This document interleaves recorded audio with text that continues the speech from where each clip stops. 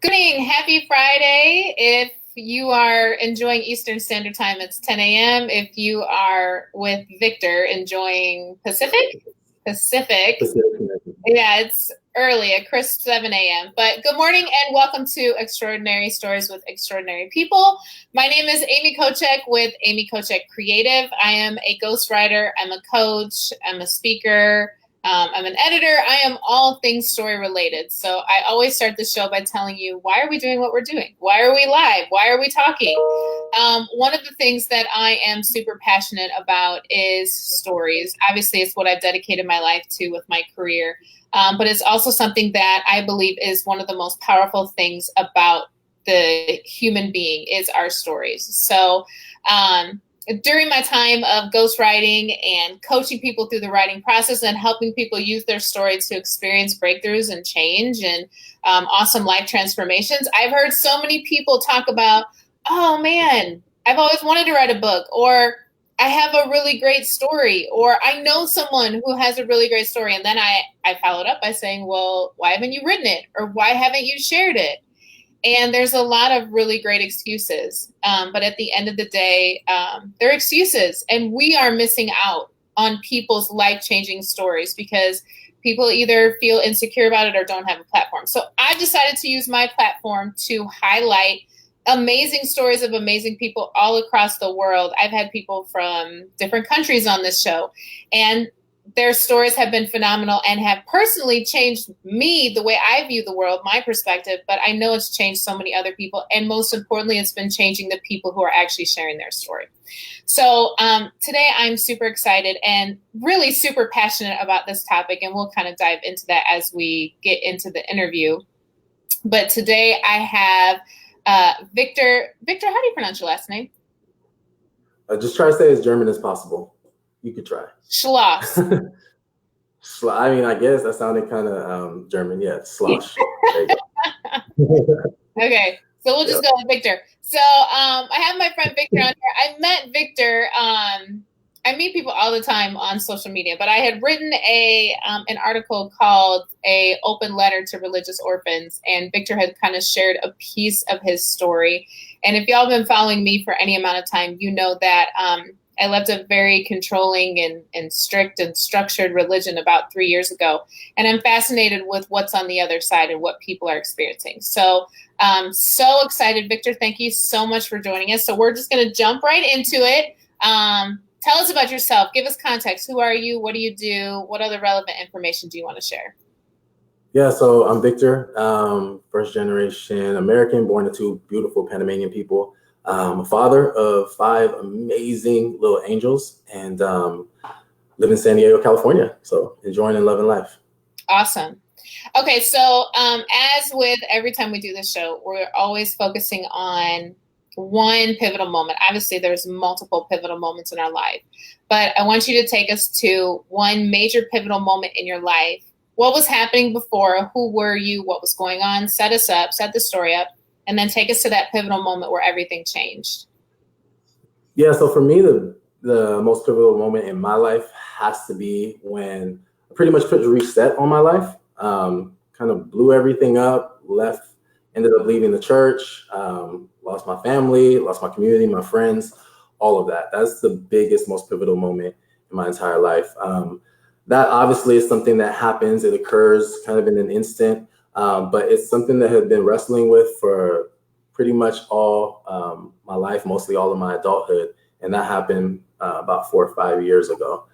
So I grew up similar to you in a very dogmatic, strict Christian home. I mean, some of it was the fact that my father was also very militant, former Marine. It was never like, hey, do you get an opinion or nothing? It's like, we know what's best for you and just do it.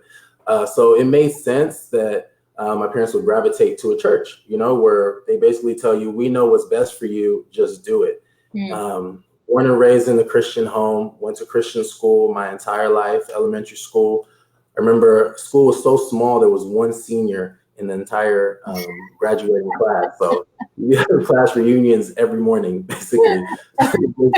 So it was just, super small school, went from there to another private school for junior high and high school. and was just really immersed in Christianity, inside the home, outside the home, on the way to school, at school, church 3-4 times a week. That was my life. It's Christianity. So, yeah, from there, there was a moment where my parents were going through their divorce. At that time, I didn't understand what was going on with my dad. I'm 15 years old, so I'm kind of feeling like, all right, I'm becoming a man, but yet the man in my life was kind of going through his things. No judgment, but he was going through some stuff. I saw my mom hurting. So I said, I don't want to be a man that hurts women. I just don't. And my dad and I didn't communicate that much at that time. Thankfully, at that time, though, there were men that came into my life at that time from my high school. There were all my football coaches. They were present with their wives. They were present with their girlfriends. And I was like, I want to be like that. You know, I want to learn from them. And so many of them took me under their wing and they started to mentor me. In the Christian terms, we use the term disciple me. They taught me the Bible inside and out. Would literally come home after school, get on the phone with my coaches, and we'd study the Bible from the book of Genesis all the way to Revelation, chapter by chapter, verse by verse. Through that, they taught me what it was like to be a man. And a man is supposed to be faithful, a man is somebody who honors God. And so all these things were resonating with me immensely, because I was struggling with what was going on with my dad, and we didn't have that relationship at that time to talk about it. Through that, I decided to dedicate my life because I always felt called to be different. I always felt called to be a light, especially being Black and a Black Hispanic. So first language I ever spoke was Spanish.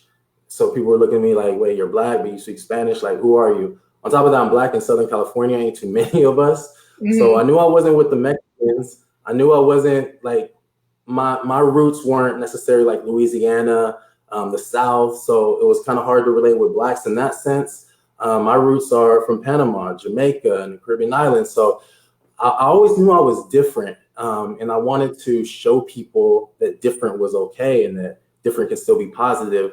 So I felt at that time when I was getting taught Christianity that the Bible and being a Christian would be the way that I would spread light.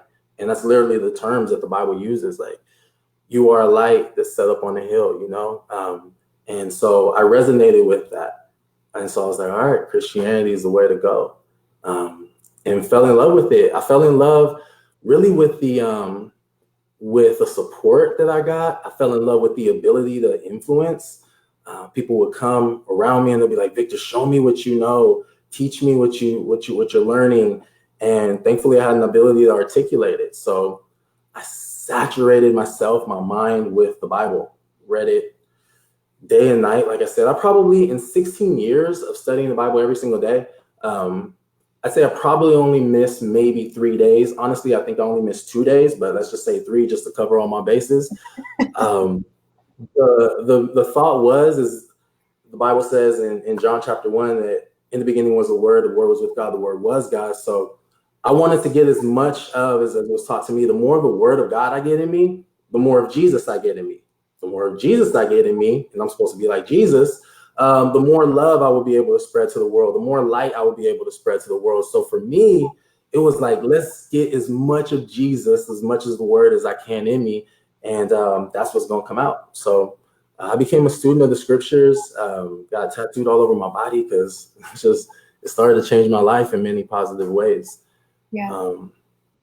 So yeah, as I was read it though, one of the struggles that you have with that is that it's kind of like a job description. When you show up to the job, like they tell you, all right, you're going to accept this position, but here's some responsibilities, here's your behaviors, here's when you take your lunch, here's when you're going to do all of this. So they tell you how to fulfill your job, you know? And with Christianity, it was very similar. It's like, okay, here's the basic instructions, right, for the Bible, basic instructions before you leave the earth. We're going to tell you how to live your life, because in reality, Victor, you don't know how to live your life. Right. The Bible literally says that in Proverbs. There's a way that seems right to man, but it leads in death.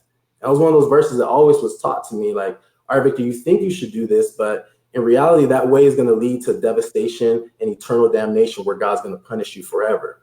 So there was always this wrestle, this tension that I live with, where I feel like I should be doing something, but the Bible says no, or my pastor says no, or my mentor says no. Like, don't go that way. Don't express yourself that way. Don't talk about that. Don't even question that, because is going to end up leading you to death. I was going to ask you, like, in your, since you grew up in it and it just kind of immersed with you, how did you handle the questions? Because obviously, especially growing up in a 2-parent home and your parents get divorced, and then you're seeing certain things from your dad, and then just being in an, you know, even though you're in a controlled environment, you can't stop the questions from coming. How did you handle the questions that could potentially defy your faith or make your faith seem, wait, is this real? Is this irrelevant? How did you handle questions? Yeah, so for the time I was 16 was when I really started digging in the scriptures, to the time that I was 31 when I basically separated.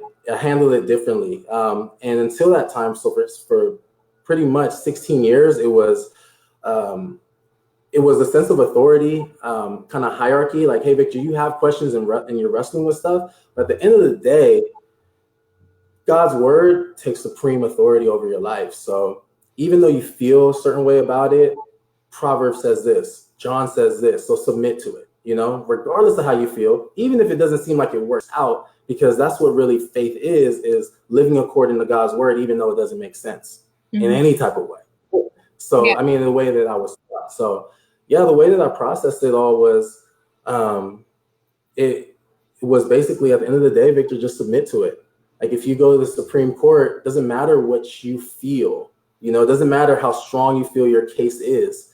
If the Supreme Judge says, boom, I decree this, at the end of the day, you just got to submit to that. So the Supreme Judge in my life was the scriptures. And at the end of the day, when I would talk to pastors and different things about stuff I was wrestling with, they would listen for a little bit, but at the end of the day, they're like, all right, Victor, but you know what the Bible says. Yeah. So stand in line, you know? Submit. Yeah. Honor God. So how do you get to the point of pastoring? How does that transition happen for you? It happened kind of organically, really. As I mentioned, I was a big student of the scriptures when I was 16 to about 19. I just studied the Bible a lot. When all the kids in San Diego were going to TJ, because it's just right across the border, I'm telling you, I was at home Friday, Saturday nights, like trying to be a good boy and just reading my Bible in my bed, kind of lonely, but like, all right, Jesus, you're going to honor me though, because I'm doing the right thing, you know? Yeah. Everybody else is out smoking weed, getting drunk, doing whatever, and I'm here reading my Bible. And because of that, that was admirable to some people. They look at that and are like, wow, you're doing that? Like, you could be doing other things. And with that, I just started a Bible study Saturday nights just for guys, just to give them an alternative. That ended up growing so large. I mean, there was times only one person would show up, you know, but like it just grew from there. And next thing I know, I have 40-some, 50-some people in my house. When I started doing Christian outreaches and events, sometimes thousands of people will show up. They're like, Victor, clearly people are following you. You know, you have an ability to communicate. You have an ability to gather people, galvanize them, and move them towards a cause, towards a mission. So how about you start a church? But I was always terrified of that, you know, like I never wanted to be that guy that like stands up there and tells people what to do. Because who am I, you know? And then I like to be liked, you know, and the moment you start speaking about stuff, most people are going to disagree. Only few will agree. But it got to the point where I remember there's this verse in the book of 1 Corinthians where Paul says, woe to me if I don't preach. And like I was saying before, like I studied the Bible every single day. I was reading every single day. And I felt like, oh, okay, like this is what I'm supposed to do. Mm-hmm. Woe to me. I'm going to have problems with God if I don't preach. You know, I'm not going to maximize my life. I'm not going to maximize my impact unless I fully dedicate my life to the work and the cause of the church. And people were putting their money behind it. They're like, hey, Victor, if you do this, we'll give you X amount of dollars. I had people that were like, hey, Victor, we'll rock with you. Other people said they wouldn't. Some people said they would. I was like, all right. My wife at the time was down for it, which was the biggest question. And she's such a writer. Like when it comes to things for Christianity, she's just like, hey, this is for God. Let's do it. So how old were you when you got married? When I got married, I was 22. Okay. Yeah, when I got married. Yeah. Started the church. Started full-time pastoring at the age of 26. Started my own church at the age of 28. Wow. So, Okay, so let's go. So obviously you had success as a pastor. People are following you, people are listening to you just from the inception of it. So when do the questions get louder than the teachings, than the emotions? When is it that you can no longer shove down what's really been there since you were a kid, but now it just won't shut up? When does that start happening? Well, I think, remember somebody told me once, they said, when you know you're burned out, it's probably too late. And I got to that point of complete burnout. I was pastoring, and people start coming to you because they like you, they like your message, and you can't really switch that up because you switch it up, people are quick to go to another church. They're quick to talk mess about you. They're quick to just leave, and then you leave your support. You leave, the support leaves, the church, everything. So that was part of it, part of the struggle. We identified and branded ourselves as this type of church. So I had to continue in that. With success brings more success. And so the church was doing well. Other Christian organizations, the largest denomination here in the United States, said, hey, Victor, we want to support you. And we want to support you to be able to start more churches like yours all throughout Southern California. So I was tasked with the job to oversee the starting of churches from Orange County all the way basically down to the border. And with that was immense responsibility. That was a full-time job. On top of that was another church, another organization within that organization that was tasked with starting churches in the city that look like the city, that are doing things for the city all around the United States. So I started doing that on top of starting my church. And at this time, mind you, I got a small family too, a young family with young kids. I was just burned out. And I was burned out, but it was also to the point where I really wasn't happy because I couldn't silence the questions. I couldn't silence the lack of peace that I was having, that I wasn't experiencing. I couldn't silence the lack of victory, like within my own life, like my own discontent, my own unhappiness. I couldn't silence that anymore. And it just got to the point where I can't do this for the church. I can't do this for the money. I can't do this just for my kids. I can't do this for the sake of winning the loss. I can't be like Jesus, really, at the end of the day. Like Jesus is somebody who was always told to me, you die so that others may live. And Jesus is my poster boy. Jesus is the one I'm trying to emulate. And I just said, I can't die anymore for the sake of other people to live.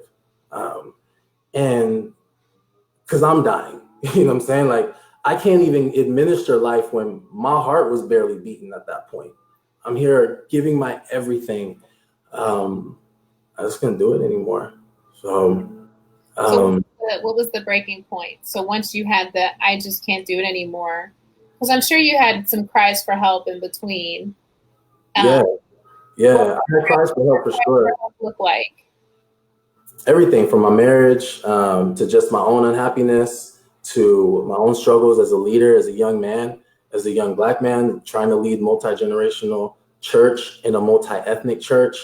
It was hard for me to find somebody that I could look to and be like, my struggle because you get me. Yeah. Many pastors talk about that. I remember reading a study around that time that said that 3 out of 4 pastors say they don't have a close friend they can trust, somebody they can look to. Because to confess your struggles to another pastor, much less confess it to the church, is career suicide. Like, hey, I'm struggling with my marriage. Well, I would say that to pastors, and they'd be like, well, Victor, at the end of the day, marriage is about your holiness, not your happiness. Like, all right, you guys, but I'm sure you don't understand that. Like, I got that sounds good, right? That was it. It's a phrase that sounds so good. Oh yeah. But practically, I think it misses the practicality. But go ahead. Absolutely, yeah. Like, and the thing is, man, I had a good ex-wife. Like, she's probably the best person I've ever met in my entire life. Like, I'm like, I don't like doing her like this. Like, you don't understand. Like, I don't like doing her like this. I've got kids that I know one day, whether it's going to happen now or whether it happens when I'm 56 years old, their parents aren't going to be together. Like, I'm struggling because I'm building this church. I'm talking about marriage. I'm talking about commitment. I'm talking about love unconditionally. I'm talking about happiness and joy. And I'm not experiencing that myself. I'm reading the Bible. I'm in prayer groups. I'm fasting. I'm literally doing everything I know that was taught to me to do, and then I'm teaching others to do. But stuff is not working. Yeah. So Yeah, pastors would literally say like, "Hey, Victor," I remember pastors who told me, like, I had some pastors look at me like, "Really? Me and my relationship with my wife are perfect." I'm like, I can't relate to you, you know? And, they were just, and then the thing is, my church was influential, but it was resourced, but it wasn't immensely resourced like a mega church. You know, I didn't have a full-time staff. I had part-time volunteers and stuff like that. So honestly, props to a lot of pastors. A lot of people don't understand how much talent, how much hard work, how overworked pastors are. And also their inability to actually find groups where they can be transparent with. And mind you, I had groups. Like I had a group of influential pastors. It was the most notable federal judge in San Diego, with other notable Black men in leadership. But at the end of the day, when it's with Christianity, it's like, all right, you can talk about all this stuff, but at the end of the day, go home and love your wife. Like, I'm telling you, really struggling with that. Like, okay, at the end of the day, like, go home and you know you gotta sacrifice yourself for the sake of others. And it's like, all right, you guys, nobody's hearing me. And that's when that was the breaking point for me, was I realized that nobody was honestly listening. Nobody was. Yeah. And I was like, all right, I can't get out of this situation, so I'm just gonna blow it up. And I mean, it's definitely to my shame. I'm not proud of it, but I ended up stepping out of my marriage. I just didn't care anymore. I just wanted an escape. I wanted to just get out. And I did. My wife ended up finding out about it, talked to her about it. She was like, all right, I'm telling you, she's honestly a great person. She's also very Christian. And in Christianity, as long as they're not putting hands on you, you need to stay in your marriage until death do us part. So she's honoring God, and she's like, all right, well, I'm willing to work this thing out with you. We ended up getting to the point where the church too, at the time that I was pastoring and leading, like people started talking. They're like, hey, I heard Victor, stepped out on Tara, did this and that. It was started spreading. So I called a meeting in my house, and I was like, all right, you guys, anybody wants to come, show up. My house was packed. I mean, packed. People dang near standing on the roofs of the stage, like, all right, right here, what's going on, And I basically stood there. Reminds me of like Kobe Bryant when he ended up admitting that he cheated on his wife. And he's like, I committed adultery. And at that time, I was like, Kobe, nobody knows what adultery means, Like, what are you talking about? But I had that moment where the room was packed, and I was like, you guys, I ended up stepping out on my wife. The church that I started ended up, it was huge uproar. He was like, we need to kick him out. You need to get out of this church. And it was just so chaotic. It was so loud, so much noise. I felt so bad for my wife at the time. I was like, what is going on? Long story short, at that point, the church basically was the whole mission of the church switched from being a light, forgiveness, spreading the gospel to, all right, let's church discipline Pastor Vic, like me at that time. So the whole focus was, let's discipline them. And I submitted myself to that because as a good Christian kid at the time, like, you submit to the discipline of God. It's the discipline of God that like creates your righteousness. And Hebrews 11 talks about that. So I was like, all right, God, I'm going to show up to all these events where they talk bad about me. I'm going to show up to all these events where they talk about how we are going to excommunicate him from the church. I'm going to show up to all of this stuff. And I did. And went through that whole process.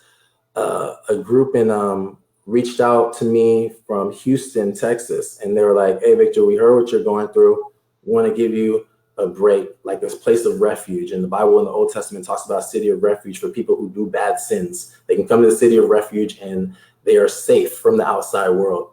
And so we went there, and that city of refuge, like, you're safe from the outside world, but you in the world now that was like far worse. Like, I mean, there was so much judgment and criticism. They literally told me to fill out a 15-page paper with anything that I've ever done sexually, from masturbation to hugging a girl, front ways to thinking sexual thoughts. Lay all of that out and confess it to Tara, to your wife. And at that point, then, and it was just like, I don't know what this infatuation is with my private part. Like, why is everybody so consumed with what I'm doing like that?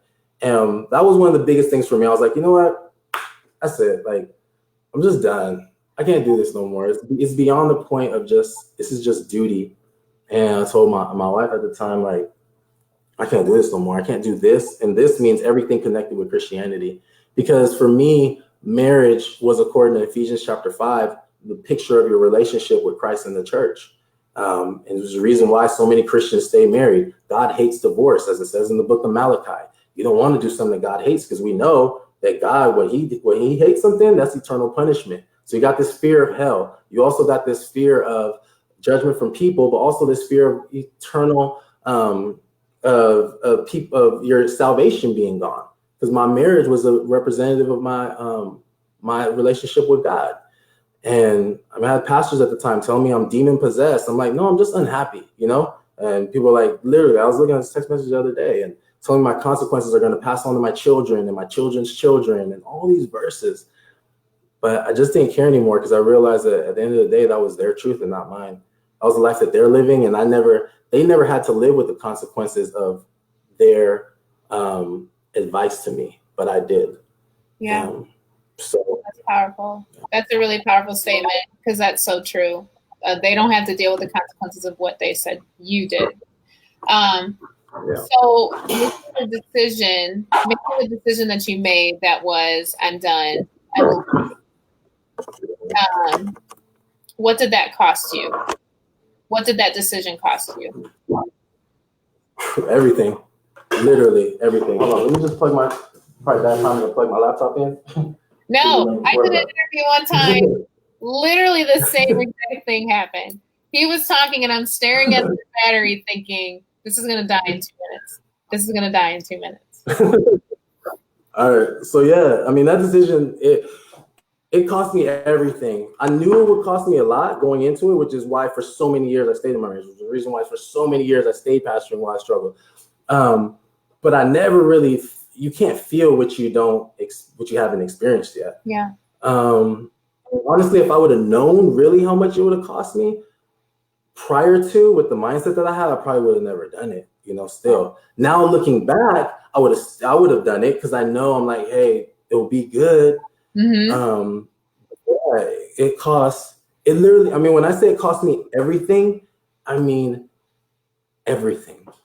Everything. I mean, from because for me, I was so immersed in Christianity, it was my foundation. It was my social community. It was my finances.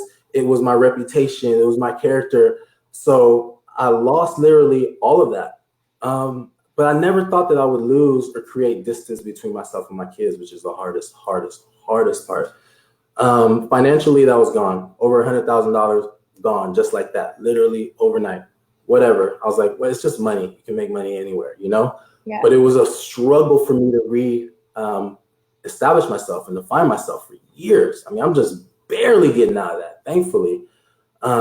It was, I lost friends. And now it was a hurting process, you know, like a grieving process. Like, dang, like I was with you for 9, 10, 12 years. And all of a sudden now I'm not a Christian. Like, and now you don't mess with me anymore. Like, what if I became Muslim, or what if I was gay, or what if I was like, at the end of the day, because I'm not who you are, you're not with me anymore.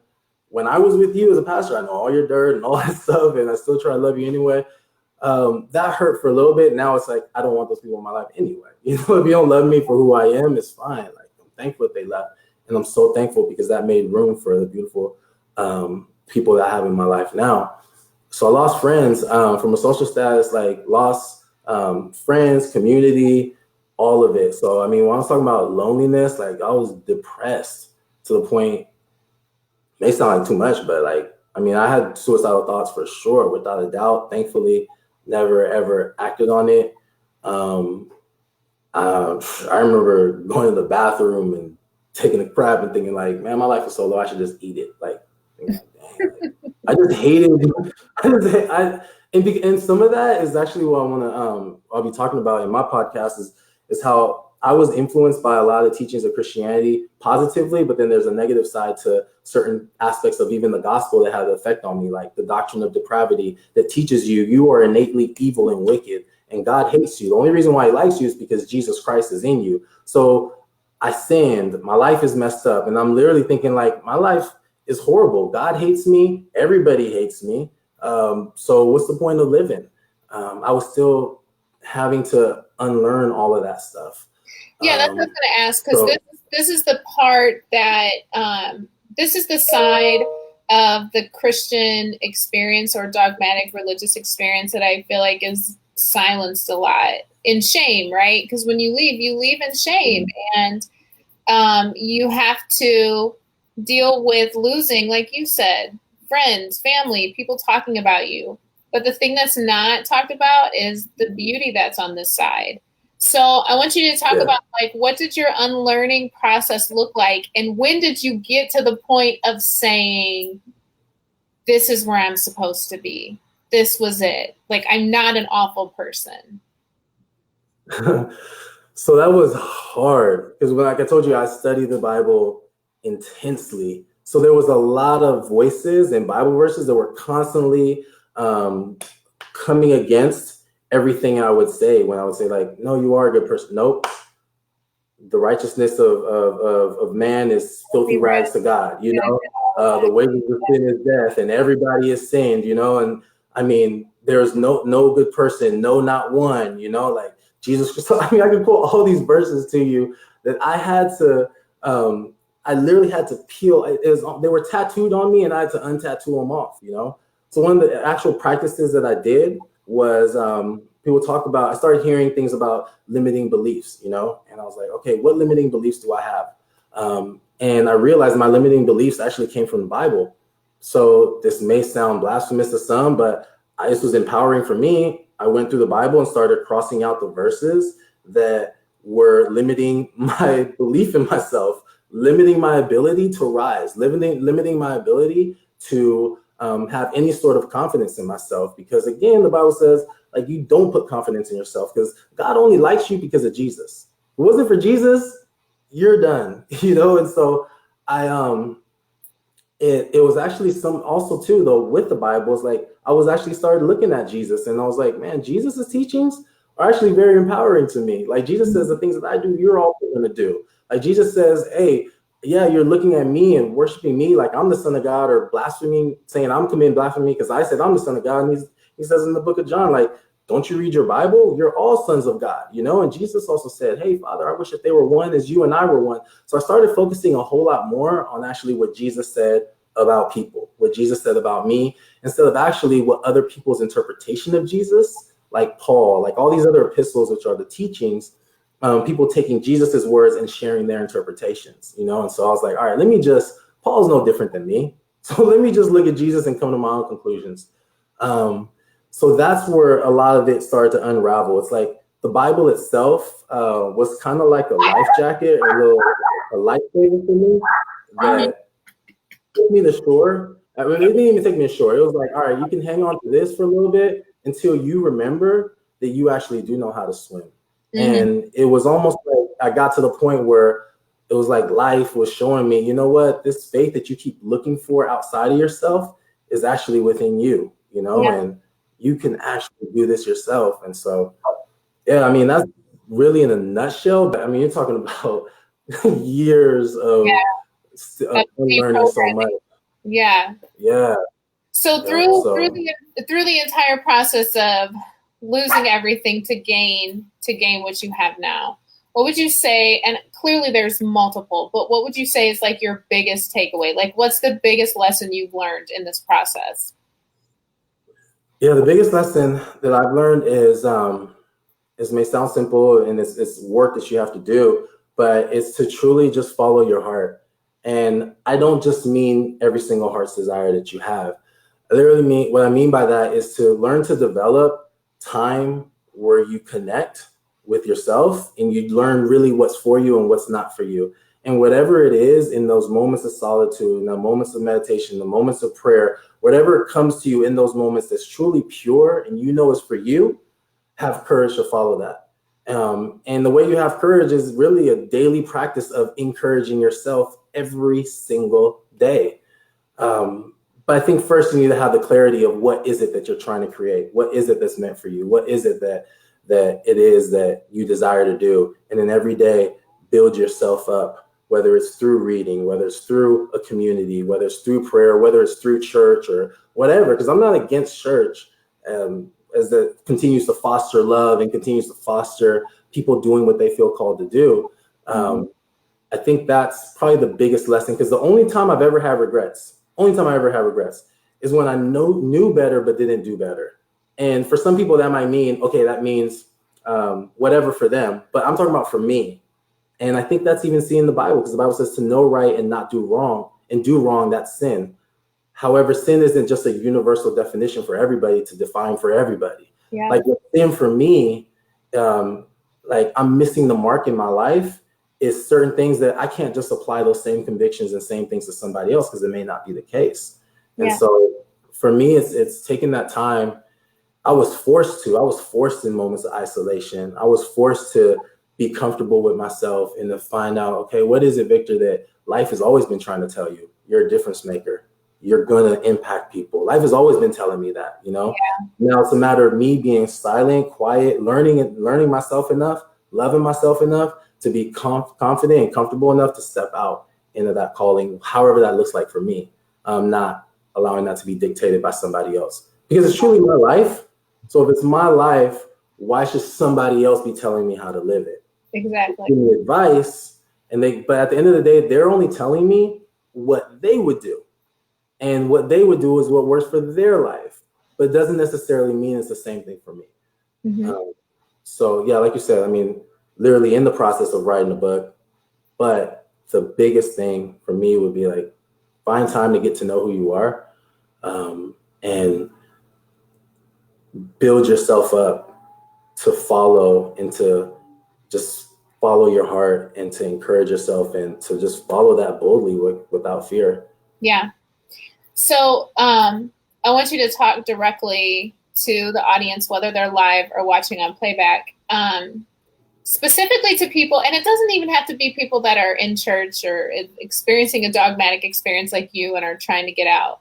This can just go for anybody that's in a situation where they feel like they're not being true to who they are, that they have tried to silence that voice for years. It's coming up, but quiet down, follow the rules, you know? So what would you say to that person as a piece of advice or encouragement to help them move forward? Yeah, I would say to like listen to your feelings, listen to your emotions, like listen to the fact that you're so miserable right now. Listen to the fact that you hate your life right now. And let that resonate with you until you're really sick and tired of that feeling, you know? Like deep dive into your depression until you don't want to ever be depressed no more. You know, like don't numb it, feel it until it hurts. And just know that as long as you truly,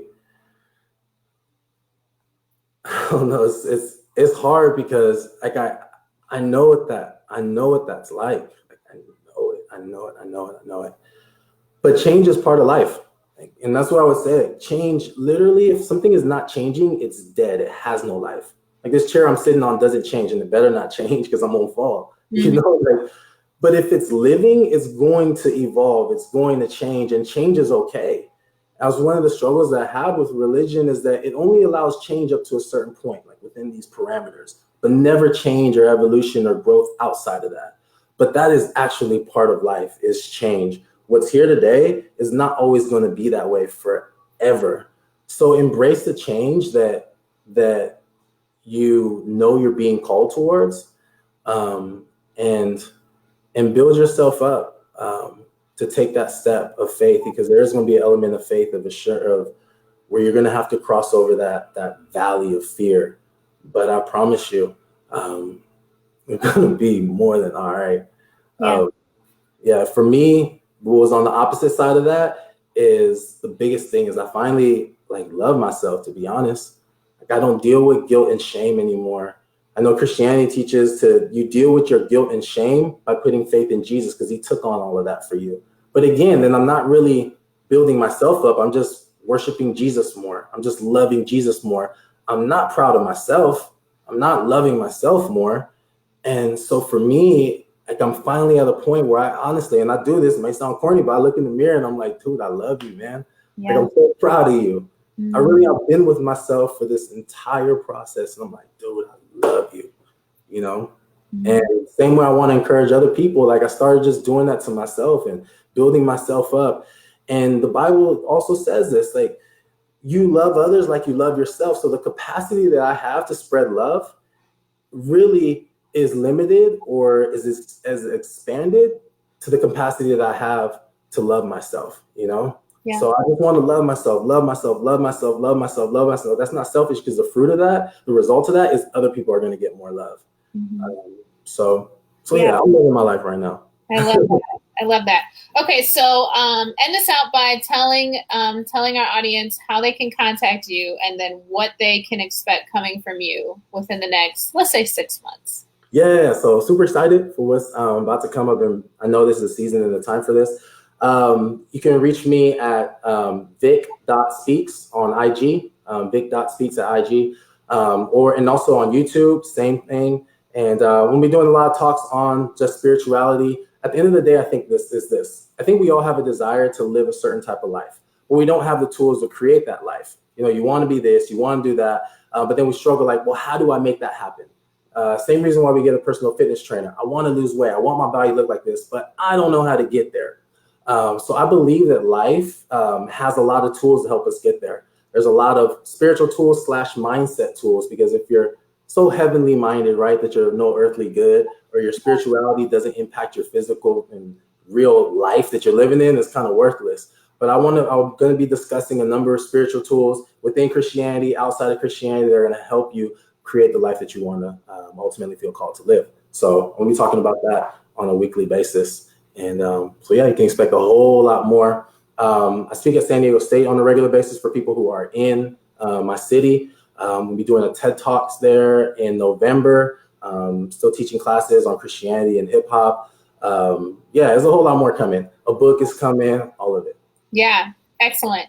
And we'll put the links of your YouTube and your IG, the information. So if people are interested, they can contact you. Thank you so much, Victor, for being vulnerable, sharing your story. As I always say when I end out, connect. That's why we do what we do. Connect. There are so many people out there that are experiencing or going through what Victor has gone through, or they are contemplating. And in so many of these interviews, when I ask the question, what did your decision cost you? So many people say it cost me everything, but I'm sure that Victor can agree. The cost is so small in comparison to what you gain, and it's worth it. So thank you so much for sharing your wisdom, your vulnerability. Thank you, everyone, for watching another episode. Please make sure to tune in next week. We have more exciting guests. And remember, your story is the most powerful asset that you possess. Go have a wonderful Friday and an even better